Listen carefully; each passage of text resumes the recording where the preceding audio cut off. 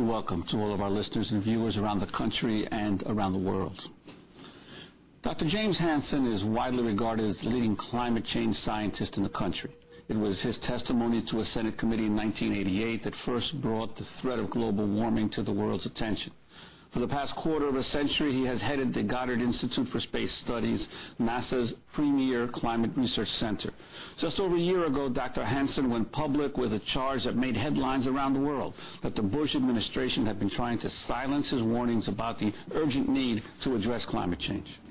You may have heard Dr. James Hansen mentioned before on Democracy Now! His name has been cited by many guests on the show. This government, at the behest of its oil company contributors, has been told not to put out information about global warming, not to allow the scientists to talk about their expertise with the press, about the connection between global warming and hurricanes. That happened at NOAA.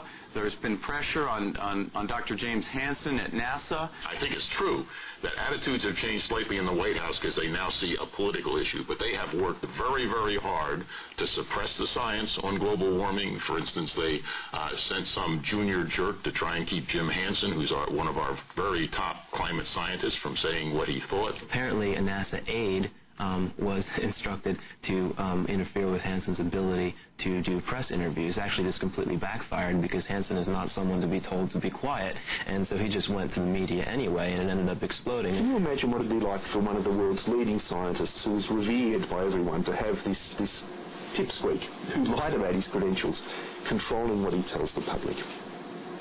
Just appalling. And, you know, the countries around the world would, I don't know what they'd pay to have the advice of a Jim Hansen. It's the sort of stuff we all desperately need.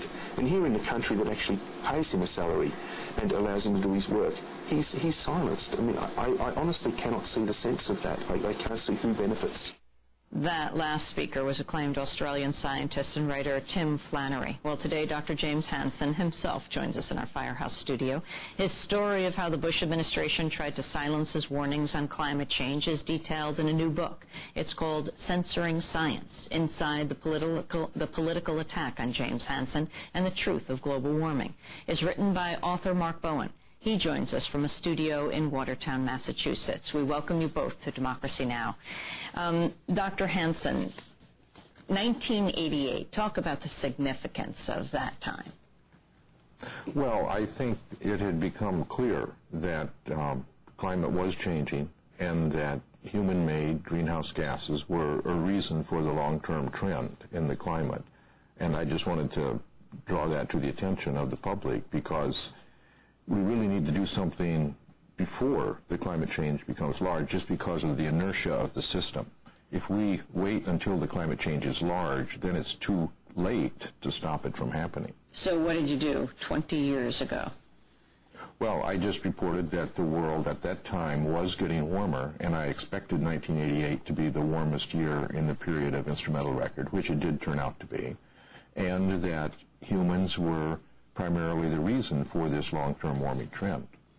And of course, that was 20 years ago, and while the Bush administration has gotten a lot of attention for its failure to heed any kinds of warnings, there was another administration before that, the Clinton administration as well. And I think Bowen talks in the book about some problems that you had with Al Gore, and could you talk about how the Clinton administration reacted to some of the warnings you raised? Well, my concern is general with both Republican and Democratic administrations. They both feel that they can control what scientists say to the public. So their offices of public affairs in the science agencies are headed in general by political appointees.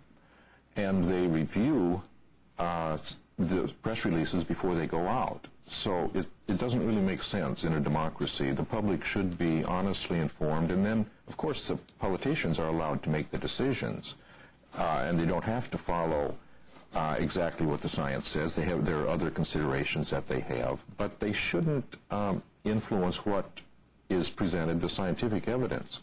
And I object to that regardless of which administration is in power. Mm-hmm.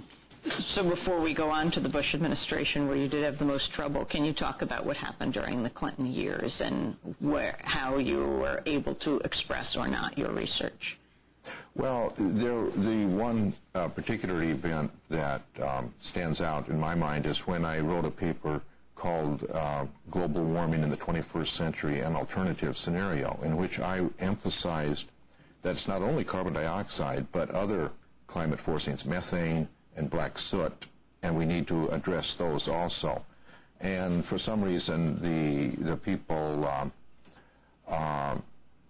in the White House didn't like emphasis on the non-CO2 parts of the story, and I just, the press release just kept coming back, and I would try to change it, they would change it, and finally I gave up. I just couldn't get a press release through the way I wanted it. So, in essence, in these kinds of press releases, there's a back and forth as the White House or the environmental people at the White House edit your press releases? Yeah, and that's another strange thing, because they don't even admit that it's going to the White House. You know, it goes to NASA headquarters, and then it sort of disappears for a couple of weeks. And where is it? Well, it's very often at the White House, and I mentioned that. And now they try not to make that known, you know, and that's, again, something that's very inappropriate in my opinion. And, again, it's happened in both administrations. So let's talk about what happened when the Bush administration came in. You were continuing to do your research. First of all, explain your place of work and the significance of NASA Goddard. Well, NASA is important, I think, because of the global observations that we make from satellites. We see what's happening, for example, on Greenland and then West Antarctica. My laboratory is also involved in the global models that try to interpret what's happening. And we're also located at Columbia University, where we have the opportunity to work with people who have the data from the history of the Earth over thousands and millions of years. And you put together these different things, the satellite information, the information on how the Earth responded in the past when greenhouse gases changed and other things changed, and the models, and then you get a picture of how the system works. And that's what really concerns me, because it's the inertia of the system which tells us, well, we're already pushing it so that it's going to respond more over the next several decades. There's a lot more climate response which is already in the pipeline, and we haven't seen it yet. And that's why we have to have an understanding of what's happening so we can take the actions now before it's too late.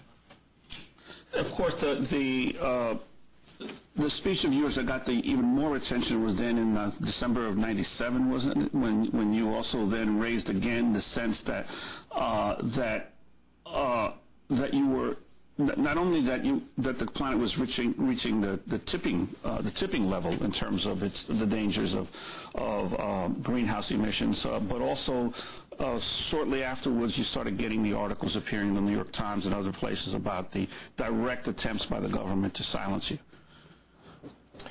1997. I think you mean. I'm sorry, 2006. Yeah, 2006, I believe.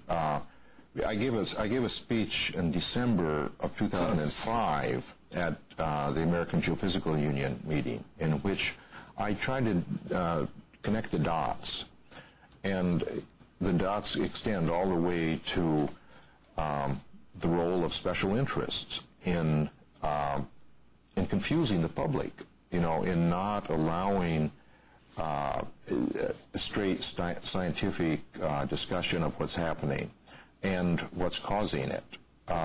And, of course, the main problem is fossil fuel use. And the truth is, we cannot put all of the fossil fuel, the carbon dioxide from all the fossil fuels, back into the atmosphere without creating a completely different planet.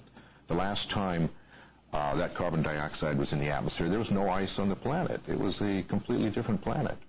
And we have to realize we either are going to have to leave a lot of the fossil fuels in the ground, or else we're going to have to capture the carbon dioxide when the fossil fuels are burned. And that just is not well understood, and the fossil fuel companies would rather that you didn't understand that. Who are those?